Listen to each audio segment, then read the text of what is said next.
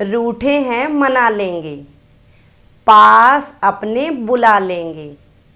बप्पा हैं वो दिल के भोले, बातों से उनको रिझा लेंगे। नमस्कार, मैं अलका यादव। जैसा कि आपको पता है कि हर शनिवार को मैं आप लोगों के लिए एक मोटिवेशनल स्टोरी लेकर आती हूँ। Today is one more joyful Saturday. लेकिन आज मैं कोई एक अलग से कहानी लेकर नहीं आई हूँ।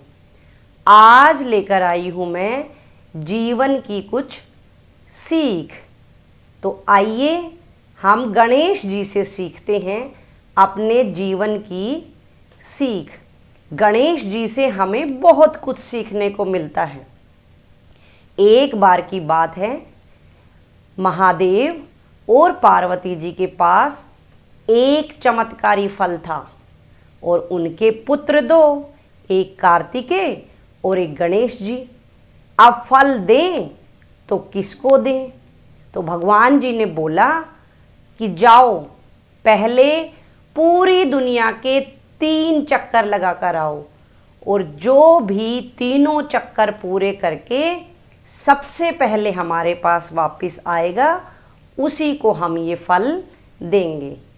कार्तिकेय बहुत जल्दी ही दुनिया के 3 चक्र लगाने के लिए चल पड़े। गणेश जी ने बहुत देर तक सोचा। उसके बाद गणेश जी ने महादेव और पार्वती के ही 3 चक्कर लगाए और कहा कि मेरे तो आप ही दुनिया है, मेरे लिए मेरी दुनिया आप लोग ही हैं और मेरे तीनों चक्र पूरे हो गए हैं। इस तरह से गणेश जी को वो फल मिल गया। तो इस कहानी से हमें यह सीख मिलती है कि हम सब के लिए माँ बाप से बढ़कर कुछ नहीं है। लेकिन आज के ज़माने में बहुत सारे बच्चे अपने माँ बाप को अपने सामने कुछ समझते ही नहीं हैं, ना तो अपने माँ बाप की बातें मानते हैं और ना ही अपने माँ बाप का ध्यान रखते हैं। तो गणेश जी से हमें यह सीखने को मिलता है कि माँ बाप से बढ़कर इस दुनिया में कुछ भी नहीं है। दूसरी ओर एक बार की बात है, गणेश जी अपने वाहन मूषक के साथ कहीं जा रहे थे। थोड़ा थोड़ा अंधेरा था और गणेश जी गिर गए। जैसे ही गणेश जी गिरे, चंद्रमा हंसने लग गए, और जैसे ही चंद्रमा हंसे, गणेश जी को उनके ऊपर बहुत गुस्सा आया और गणेश जी ने उनको गुस्से में श्राप दे दिया।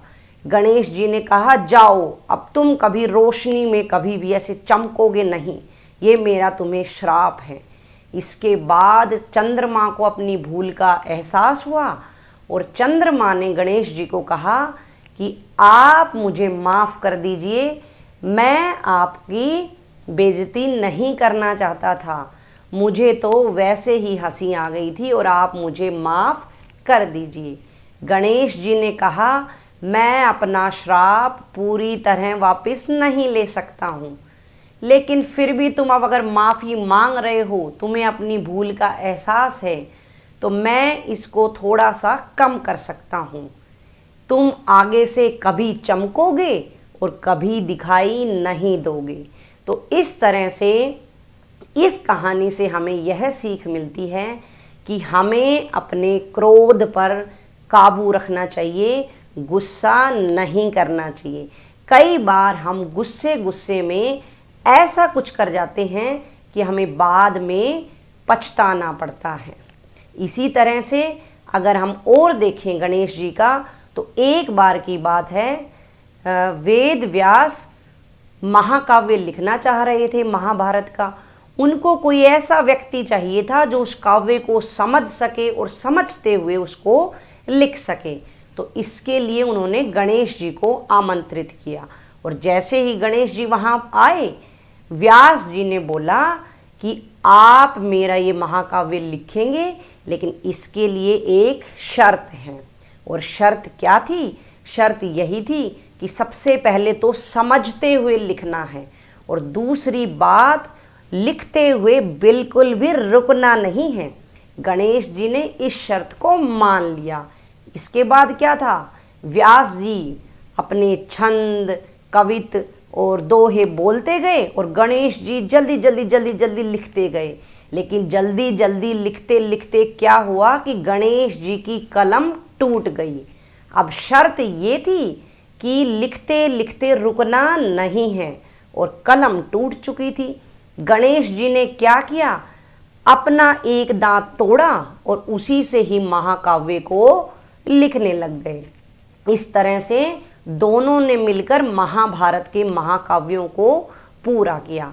तो इस कहानी से हमें यह सीख मिलती है कि हमें कोई भी काम करने के लिए अगर हम कसम खा लेते हैं तो उस काम को हमें हर हालत में पूरा करना चाहिए, चाहे हमें कितनी ही तकलीफ क्यों ना हो रही हो। तो आज मैं आपके सामने ये छोटी छोटी गणेश जी की बातें लेकर आई। मेरा अपना मानना है कि गणेश जी की बातों से हमें जीवन में बहुत ज़्यादा सीख मिलती है और इस जीवन यात्रा में इस सीख की बहुत ज़्यादा ज़रूरत है। तो आज गणेश चतुर्थी के दिन पर मैं आपको ये सीख सबको गणेश जी की पहुंचा रही हूँ और इसी के साथ ही साथ आप सब लोगों को गणेश चतुर्थी की बहुत बहुत शुभकामनाएं। आप सबको गणेश चतुर्थी बहुत बहुत मुबारक हो। इसलिए मेरे साथ बने रहिए, खुश रहिए, सुरक्षित रहिए और मेरा इंतज़ार कीजिए। मैं अगले हफ्ते आपसे फिर मिलूँगी। तब तक के लिए नमस्कार।